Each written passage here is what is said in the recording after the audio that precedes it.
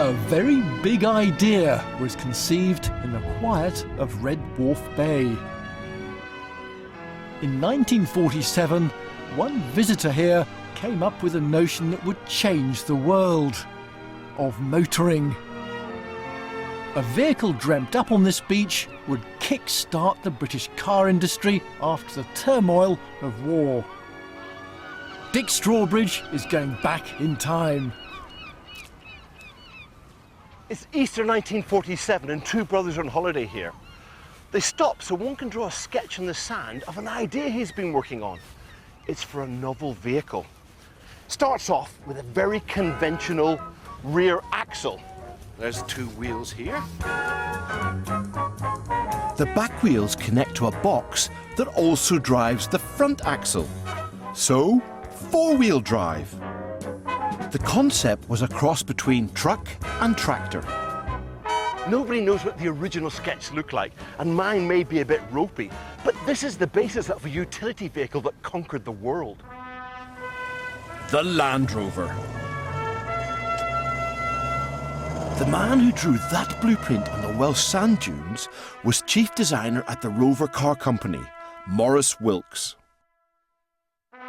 Since its conception in 1947, the Land Rover's been seen in every far-flung part of the globe, in the toughest terrain. Now we're bringing one of the very first back home, to the beach where it all began.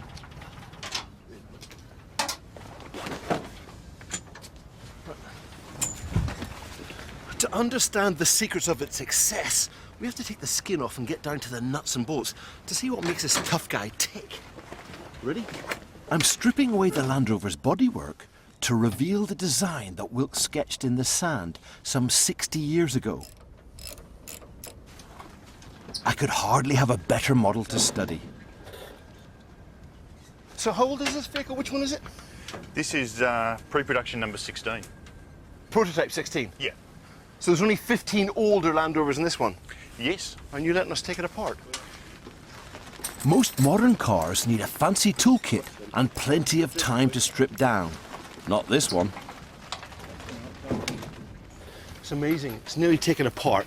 A couple of spanners, and that's all the bits. It's so simple, it's great.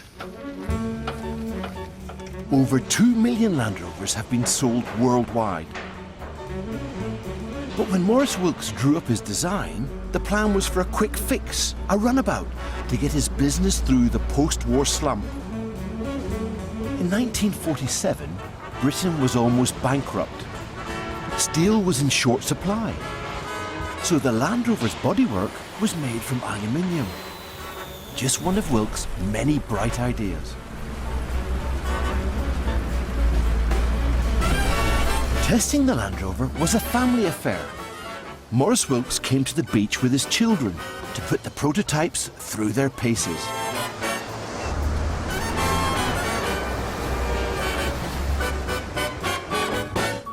To see what Wilks came up with, we're stripping the skin off one of his early models. But what about the man himself? What made the car's creator, Maurice Wilks, tick? I'm with his son Stephen, in a car he rode in with his dad. This is Land Rover number 1, the vehicle that started it all. An adventure that began on family holidays some 60 years ago. We've come down onto the sand, play in the sea, and it was back into the Land Rover and back up to the hotel.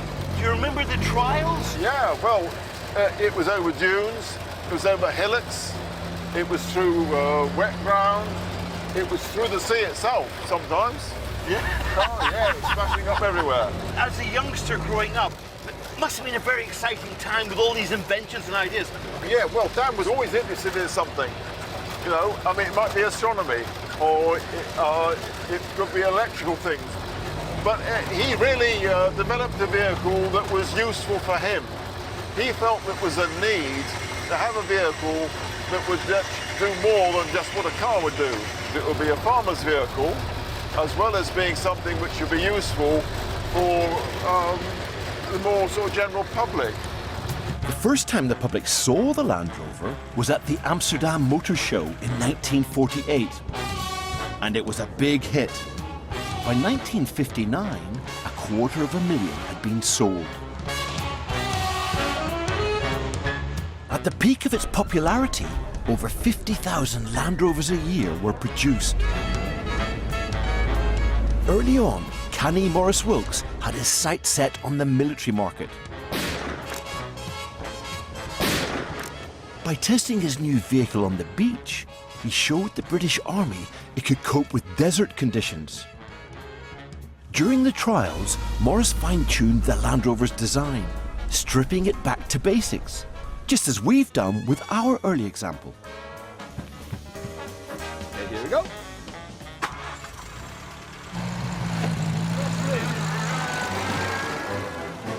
With the bodywork removed, the genius of Wilks' design is laid bare, starting with a strong box chassis.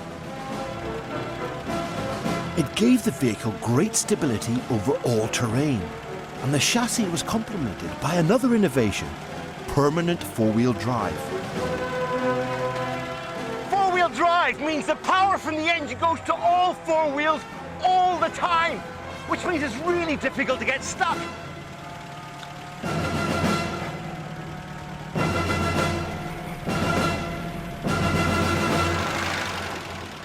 It was also a do-anything vehicle. We're talking drivability and practicality.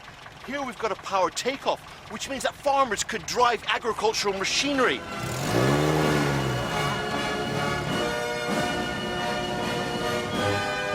The Land Rover wasn't just perfected on this beach, it was born here.